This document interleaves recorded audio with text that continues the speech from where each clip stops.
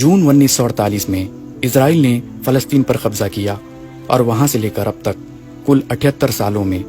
Israel ने total 2 lakh मासूम मुसलमानों का कत्ल किया है, जबकि शियों का पहला सुप्रीम लीडर आयतुल्लाह खुमैनी ने 1979 में जब ईरान पर कब्जा किया, वहां से लेकर अब तक टोटल 35 लाख से भी ज्यादा लोगों को इन शियों ने जंग फसाद के जरिए मार डाला।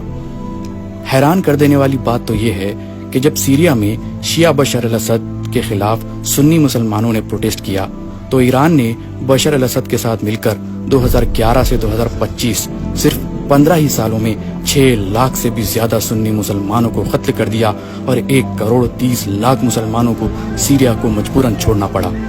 ये तो सिर्फ ऑफिशियल रिकॉर्ड्स हैं। इसमें तो कई लाख लोग तो केमिकल बॉम्ब्स और मिसाइल्स के जरिए मार दिए गए, लाखों लोग आग में झुलसकर खाक हो गए और लाखों लोगों को तो अलग अलग तरीकों से टॉर्चर करके मारा गया,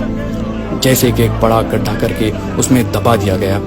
और लाखों लोगों को जेलों में बंद करके मुसलमान औरतों, छोटी बच्चियों और तो और मासूम बच्चों के साथ भी बार बार रेप करके उन्हें दर्दनाक मौत दी गई, जैसे एसिड में डालकर जला दिया गया, कंप्रेस कर दिया गया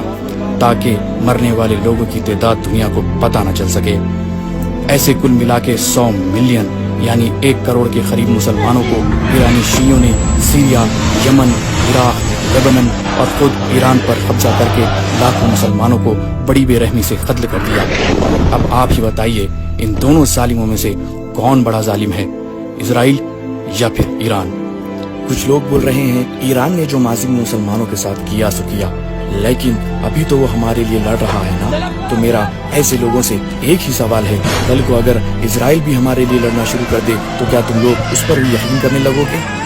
और आज ये शिया रावदी ईरान, जो कि यहूदियों में ही से निकली हुई एक शाख है, फिर से हमारे मुस्लिम ममालिक पर लगातार अटैक किए जा रहा है और हम इनको सपोर्ट कर रहे हैं। इनको जिन्होंने हमारे सहाबा को कत्ल किया, इन पर यकीन कर रहे हैं, जिनको मुहद्दिसीन ने इस्लाम से खारिज कर दिया। हाय अल्लाह, अफसोस के सिवा और क्या किया जा सकता है। आज हमको हमारे ईमान को बचाने की ज़रूरत है। आपसे गुजारिश है कि इस वीडियो को ज़्यादा से ज़्यादा लोगों तक पहुंचाइए, शेयर करिए, ताकि लोगों को इन जालिमों की सच्चाई का पता लग सके।